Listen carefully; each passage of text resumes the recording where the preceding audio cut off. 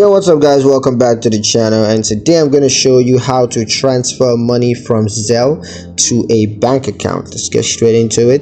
The first step, of course, is to open the Zelle app on your mobile device, and then you want to tap the activity tab to view your recent transactions, and then find the payment that you want to transfer to your bank account and just tap on that.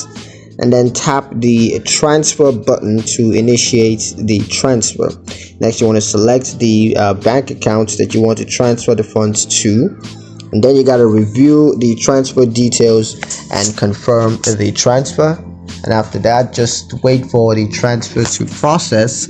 That typically takes a few minutes, but it may take up to 30, so just wait it out, and that will have the funds transferred. So yeah, that's pretty much it on how to transfer funds from Zelle to a bank account.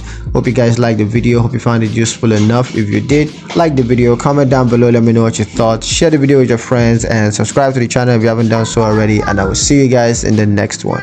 Peace.